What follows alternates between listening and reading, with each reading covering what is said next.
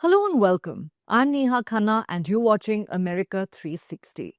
Let's get you all the big stories making headlines in the US tonight.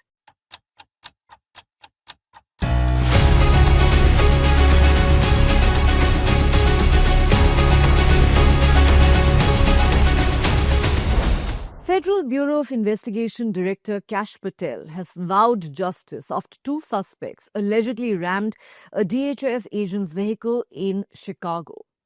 Marimar Martinez and Anthony Ian Santos Ruiz were arrested for assaulting federal officers with weapons amid rising unrest. The arrests highlight escalating clashes between protesters and federal immigration authorities in cities like Chicago and Portland, where Trump's National Guard deployments have sparked legal and political battles.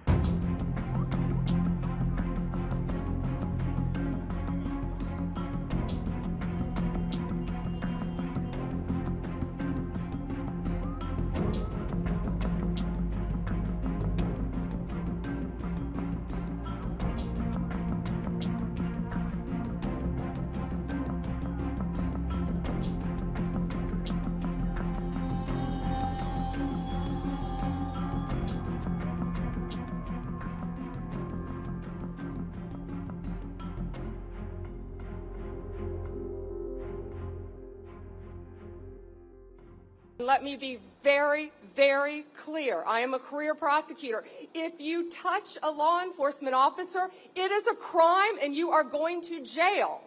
We are arresting anyone who touches any of you. If you touch a federal officer, it's going to be assault on a federal officer, and we have our U.S. attorney here. And to all of you state and local officers, let's see what your DA does, because he better prosecute crimes against you, because we have your backs now. The FBI has vowed swift justice after two suspects allegedly rammed a Department of Homeland Security DHS agent's vehicle in Chicago in what authorities are calling an ambush amid rising unrest across the country. FBI Director Kash Patel confirmed that Marimar Martinez and Anthony Ian Santos Ruiz were arrested for assaulting federal officers, warning that attack our law enforcement and this FBI will find you and bring you to justice. According to a DHS statement, Martinez was armed with a semi-automatic weapon and had a history of doxing federal agents. She reportedly opened fire on Customs and Border Protection (CBP) agents and was shot in return before being taken into custody following treatment at a local hospital. The other suspect, Ruiz, was the driver of the ramming vehicle and was apprehended shortly after the incident, DHS confirmed. Both suspects are being prosecuted under Title 18 U.S. Code, Sections 111A and B, federal statutes that make it a crime to forcibly assault or impede an officer performing official duties. An FBI source told Fox News Digital the case is being treated as an assault on federal officers, or AFO. Patel later stated that the suspects were charged with assaulting federal officers with a deadly or dangerous weapon, underscoring the Bureau's hardline stance against what he described as domestic terror-style attacks. The situation in Chicago reflects a broader escalation in anti-federal protests nationwide. DHS reported that the Chicago scene turned increasingly violent as more individuals joined in, hurling smoke, gas, rocks, and bottles at law enforcement. Another protester was reportedly arrested for assaulting CBP agents during the same confrontation. DHS also criticized Illinois Governor Jibe for allegedly refusing to authorize local police support, forcing Homeland Security Secretary Kristi Noem to deploy special operations teams to restore order. In a separate but related flare-up, protesters clashed with officers near a U.S. Immigration and Customs Enforcement (ICE) facility in Portland, Oregon on Sunday night. Law enforcement detained at least one protester after demonstrators attempted to block access to the facility. The confrontation came just a day after a federal judge, Karen Immergut, temporarily blocked the Trump administration from deploying the National Guard to Portland. 101 federalized California National Guard members arrived in Oregon by plane and were then sent to Camp Withicum. That's the facility operated by the Oregon Military Department. It is our understanding that there are an additional 99 California Guard members en route today. So assuming a total of 200 service members from the California National Guard will shortly completely be in the state of Oregon. However, my office has received no official notification or correspondence from the federal government regarding this action by the president. The state of Oregon will absolutely not be a party to the president's attempt to normalize the use of the United States military in our American cities. Judge Immergut, a Trump appointee, emphasized that while the president typically has broad authority to federalize National Guard troops, such intervention must meet specific legal thresholds. Her ruling came after the Department of War announced that 200 Oregon Guard members would be placed under federal control for 60 days to protect federal property, a move critics said risked escalating tensions rather than calming them. Together, the Chicago and Portland incidents highlight deepening fault lines between federal and state authorities over how to handle growing civil unrest. While Washington frames the crackdown as a defense of law and order, state leaders argue that militarized federal responses are only stoking more resistance, setting the stage for a volatile political and legal showdown. As anti-immigration protests escalate in Oregon's Portland, Donald Trump has called the protesters paid insurrectionists. The U.S. president even vowed to straighten the protesters out. I really believe he's afraid for his life somehow. When you can have 40 or 50 people killed over the last couple of months, hundreds of people wounded, there's no place like that in the world. Hundreds of people wounded, 55 people shot and killed. And Pritzker gets up and says what a wonderful place it is. They need help. Washington, D.C. is now a safe place. You're not going to get mugged or hit. You're not going to get raped. You're not going to get anything. Washington, D.C. went from a hellhole to a safe place. I love the way you nod. Is it true, though? People, a lot of the people right here were mugged. Reporters. And you know what? You're safe now. Nothing. We got no crime. It took 12 days to solve the problem. 12 days. And we're going to do that in Chicago. We're going to do that in Portland. Now, Portland's different. That's a bunch of paid insurrectionists. But you have a lot of paid people in Chicago, too. I believe the politicians are under threat because there's no way somebody can say that things are wonderful in Chicago. Almost 55, I think it was 55 people over a short period of time have been murdered in Chicago, have been shot. 222 people over a short period of time have been hit, have been wounded, not died. But 55 people died over a short period of time. You're telling me there's no city in the world like that. We're going to straighten it out. And I think that Pritzker, he's not a stupid person. I think that Pritzker's afraid for his life. Activists, residents, and leaders have alleged that the federal immigration authorities are using chemical agents on city streets and during immigration operations. According to an AP report, an emergency hotline to report immigration agent sightings witnessed 800 calls. The activists alleged that the agents threw a canister containing a chemical near a school in the city's Logan Square neighborhood. More than 1,000 immigrants have been arrested since an immigration crackdown began last month in the Chicago area. The Trump administration has also vowed to deploy National Guard troops in its agenda to boost deportations. While addressing a naval sea power demonstration in Virginia, President Donald Trump flaunted America's military power. Trump recalled the U.S. military strikes on Iran in June, which he claimed obliterated Tehran's nuclear sites at Fordo, Natanz, and Isfahan. The president claimed that Iran was going to have a nuclear weapon within a month, but they would have to start the operation all over again now. Trump also recalled the U.S. strikes on alleged Venezuelan drug cartels in the Caribbean, claiming there are no drug boats in the water anymore. We don't want to be politically correct anymore. And history will never forget that it was the SEALs who stormed the compound at Osama bin Laden and put a bullet in his head. Remember that? And please remember, I wrote about Osama bin Laden exactly 1 year ago, 1 year before he blew up the World Trade Center. And I said, you got to watch Osama bin Laden. And the fake news would never let me get away with that statement unless it was true. The Navy's central role in the defense of our liberty continues to this day.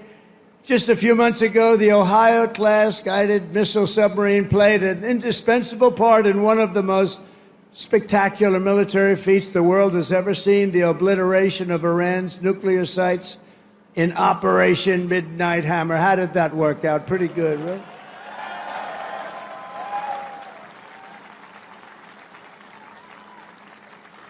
And we shot 30 Tomahawks, you know that. On top of, after the B-2, how about that? The B-2s, what they did, those beautiful flying wings, what they did, they hit every single target they hit. And just in case we shot 30 Tomahawks out of a submarine, every one of them hit too. So I would say Iran was not particularly thrilled. They were going to have a nuclear weapon within a month. And now they can start the operation all over again, but I hope they don't, because we'll have to take care of that too if they do. I let them know that you want to do that, it's fine, but we're going to take care of that, and we're not going to wait so long. In recent weeks, the Navy has supported our mission to blow the cartel terrorists the hell out of the water. You see that?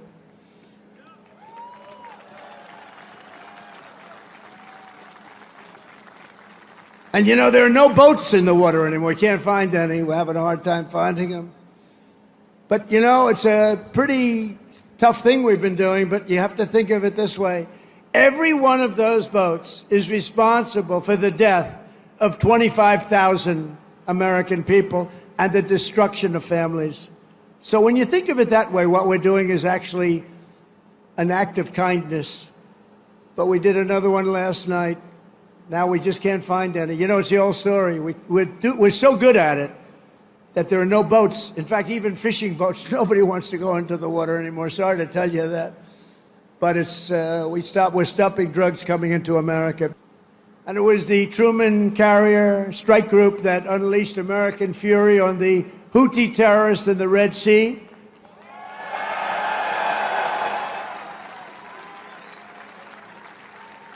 And as you know, they settled.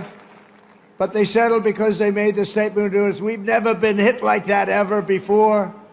And earlier this year conducted the single largest airstrike from an American carrier in history. That was the largest ever. I want to express my personal thanks to every single sailor who contributed to these phenomenal victories. We only know victory. We're only going to know victory. President Trump briefed reporters on the progress of negotiations to end the Israel-Hamas war in Gaza. Trump said the meetings have been going on and several Arab countries have had talks with Hamas.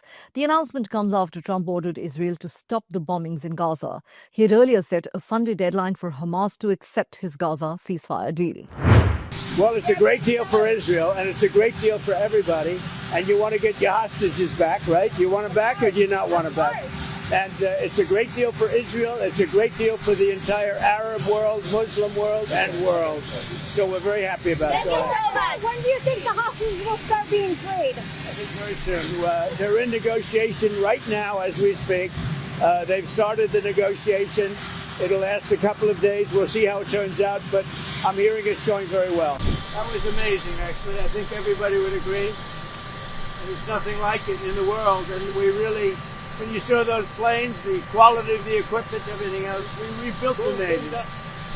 Mostly in my first term, but we're doing it even beyond. So thank you all for being there. That was a great celebration today, right? Didn't you think?